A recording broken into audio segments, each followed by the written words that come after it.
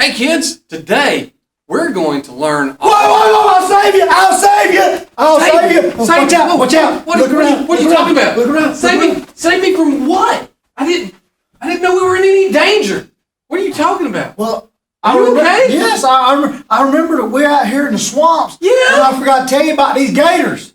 There's gators everywhere. Yeah. And I didn't want one of them to get you. So I came to rescue you. I really didn't think we were in any danger. What in the world? How are you going to rescue me? Hey. You look just as tasty as I do. Right, bud. I got some super duper. Oh, that's a skunk spray. Skunk spray. No. That's skunk spray. This stuff right here. That don't smell like skunks, does it? Yeah, like 50 skunks and put in this room. They all go at the same time. Don't. It's like No. Don't spray that. Don't spray that. Well, watch out! Well, no, you sprayed. I can do it with my eyes closed. Come on, Gator, get yourself in. Skeeter. That's not skunk spray. Come on. That's not skunk spray. Take a whiff. That smells like petunias. What? Yeah. How's this going to stop us, Gator? Man, that's going to I don't know where you got that, but you better be looking for a refill. I'm going to tell you, man, I traded my best bucket of worms. That smells like my the best Barney. petunias I've ever smelled. Man, Cousin Barney, he's tricked me. He gave me this for my best bucket of worms. But it's all right, though. We'll be all right without it. I know something that's more powerful than a crocodile. Oh, whoa. Yeah. Skunk spray. No. God. Oh, yeah. God is powerful. But is he stronger than skunk spray? Yes. For real? Oh, yeah. Even flyers smelling? Oh, yeah. And crocodiles. All of them. Whoa. Yes.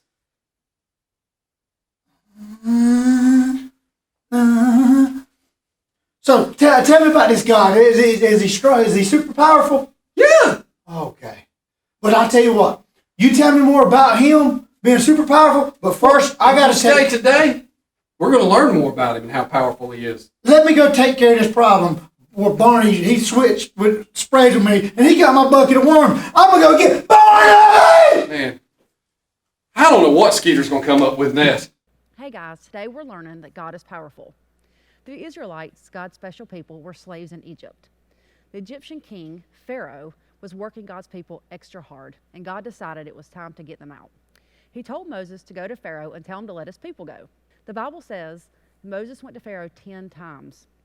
Each time when Pharaoh refused to let the people go, God sent a plague. A plague is a horrible thing that happens to a whole land or a country. Let's read about the first 9 plagues.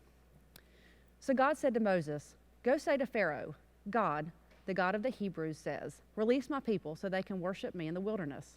I'm going to take this staff that I'm holding and strike the Nile River water. The water will turn to blood." Aaron raised his staff and hit the water in the Nile, and all the water in the Nile turned into blood.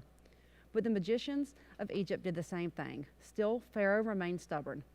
God said to Moses, "Go to Pharaoh and tell him, if you refuse to release my people, I'm warning you, I'll hit the whole country with frogs. The Nile will swarm with frogs. They'll come up into your houses, into your bedrooms, and into your beds." Aaron stretched out his staff over the waters of Egypt, and a mob of frogs came up and covered the country. But again, the magicians did the same thing.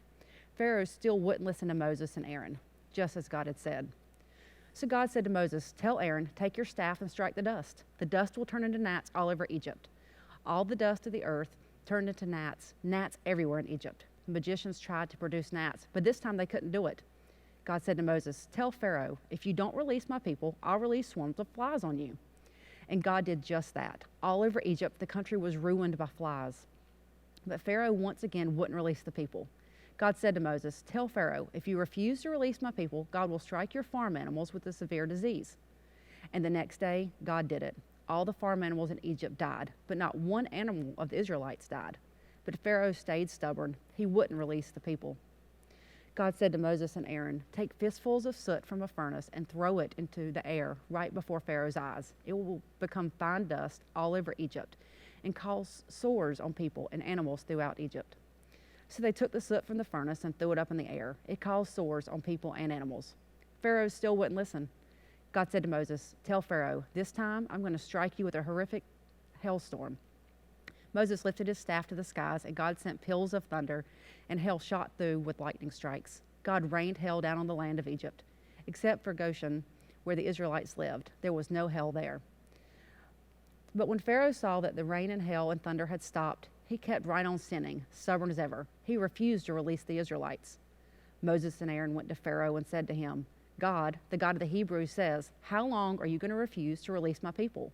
Watch out. Tomorrow I'm bringing locusts into your country. They'll devour everything left from the hailstorm, even the saplings out in the fields. Moses stretched out his staff over the land of Egypt. There was never an invasion of locusts like it in the past, and never will be again. But Pharaoh still didn't release the Israelites.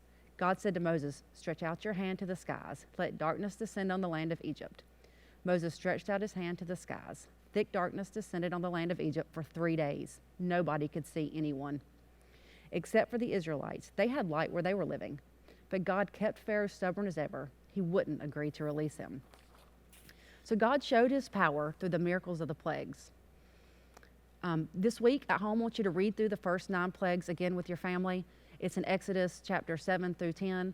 And then comment to me or email me. Let me know which plague you would dread the most. But just remember this week, God is powerful.